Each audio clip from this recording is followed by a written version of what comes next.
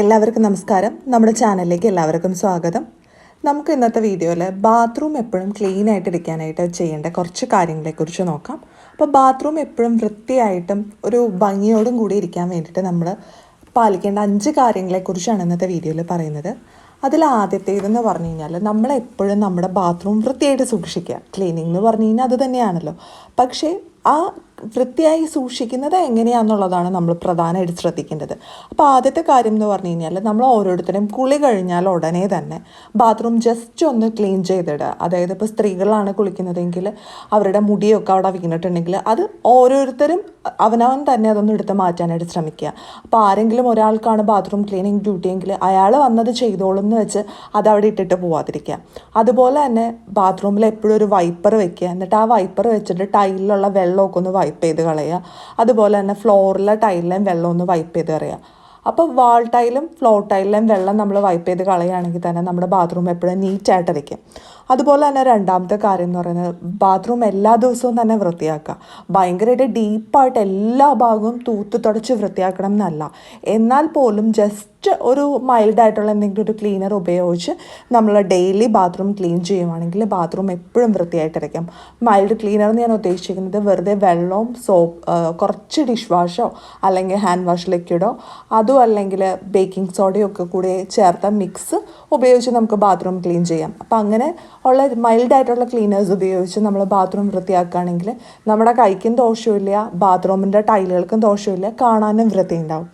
അതുപോലെ തന്നെ മൂന്നാമത്തെ കാര്യം എന്ന് പറയുന്നത് വീക്ക്ലി ഡീപ്പ് ക്ലീനിങ് ആണ്.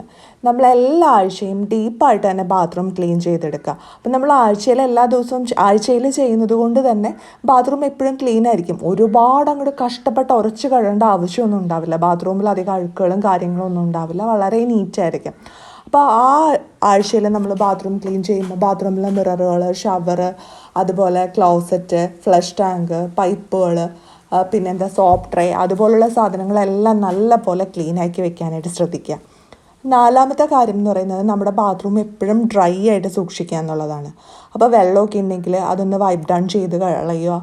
അതുപോലെ തന്നെ ക്ലീനിങ് കഴിഞ്ഞ ശേഷം ഒരു 10-15 മിനിറ്റ് ബാത്റൂമിൻ്റെ ഡോറൊന്ന് തുറന്നിടുക.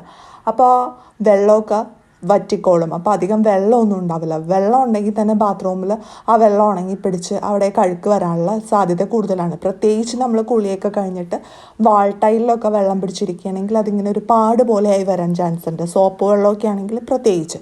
അപ്പോൾ അതൊക്കെ അങ്ങനെയുള്ള കാര്യങ്ങളൊന്നും വരാതിരിക്കാനായിട്ട് നമ്മൾ ശ്രദ്ധിക്കുക. അതിനുള്ള അവസരമൊന്നും കൊടുക്കാതിരിക്കാനായിട്ട് ശ്രദ്ധിക്കുക. എപ്പോഴും ബാത്റൂമിൻ്റെ വാൾ ടൈലുകൾ ക്ലീനാക്കി വെക്കാനായിട്ട് ശ്രദ്ധിക്കുക. ഫ്ലോർ ടൈലിൻ്റെ കാര്യം ഞാൻ എടുത്ത് പറയുന്നില്ല, നിങ്ങൾക്ക് എല്ലാവർക്കും അറിയാവുന്ന കാര്യമാണ് ഫ്ലോർ ടൈൽ എപ്പോഴും നീറ്റായിരിക്കണം എന്നുള്ളത്. അതുപോലെ അഞ്ചാമത്തെ കാര്യം എന്ന് പറയുന്നത് ബാത്റൂമിൽ എപ്പോഴും നല്ല സ്മെല്ല് ഉണ്ടാവാനായിട്ട് പ്രത്യേകം ശ്രദ്ധിക്കുക. ഏറ്റവും മോശം മണം വരാൻ സാധ്യതയുള്ള ഒരു സ്ഥലമാണ് ബാത്റൂം. അതുപോലെ തന്നെ നമുക്ക് ഏറ്റവും സുഗന്ധപൂരിതമാക്കി വെക്കാൻ പറ്റുന്ന ഒരു സ്ഥലവും കൂടിയാണ് ബാത്റൂം. അപ്പം നല്ല സ്മെല്ല് കിട്ടുന്ന വസ്തുക്കളൊക്കെ ബാത്റൂമിൽ വെക്കുകയാണെങ്കിൽ നമുക്ക് അതിൻ്റെ ഉള്ളിലേക്ക് കയറുമ്പോൾ തന്നെ ഒരു ഫ്രഷ്നെസ് ഫീൽ ചെയ്യും. അതുപോലെ ഒരു നീറ്റായ ഫീലും ഉണ്ടാവും. അപ്പം നമ്മൾ ചെറിയ ചെറിയ ചെടികളൊക്കെ കൊണ്ടുവയ്ക്കുക. അതുപോലെ തന്നെ നല്ല സ്മെല്ല് കിട്ടുന്ന കാര്യങ്ങളൊക്കെ ബാത്റൂമിൽ വെക്കുകയാണെങ്കിൽ നമ്മുടെ ബാത്റൂം എപ്പോഴും നീറ്റും ക്ലീനും ആയിട്ടിരിക്കും. അപ്പോൾ ബാത്റൂം വൃത്തിയായിട്ട് സൂക്ഷിക്കാൻ വേണ്ട 5 കാര്യങ്ങളെക്കുറിച്ചാണ് ഇന്നത്തെ വീഡിയോയിൽ ഞാൻ പറഞ്ഞത്. നിങ്ങൾക്ക് എല്ലാവർക്കും ഈ വീഡിയോ യൂസ്ഫുൾ ആയിട്ടുണ്ടാവുമെന്ന് പ്രതീക്ഷിക്കുന്നു. വീഡിയോ യൂസ്ഫുള്ളായി തോന്നുന്നുണ്ടെങ്കിൽ ലൈക്ക് ചെയ്യുക, ഷെയർ ചെയ്യുക. അതുപോലെ നിങ്ങളുടെ അഭിപ്രായങ്ങളും നിർദ്ദേശങ്ങളും ഒക്കെ താഴെ കമൻറ്റ് ബോക്സിൽ പറയുക. ഇനി അടുത്ത ദിവസം നമുക്ക് പുതിയൊരു വീഡിയോ ആയിട്ട് വീണ്ടും കാണാം.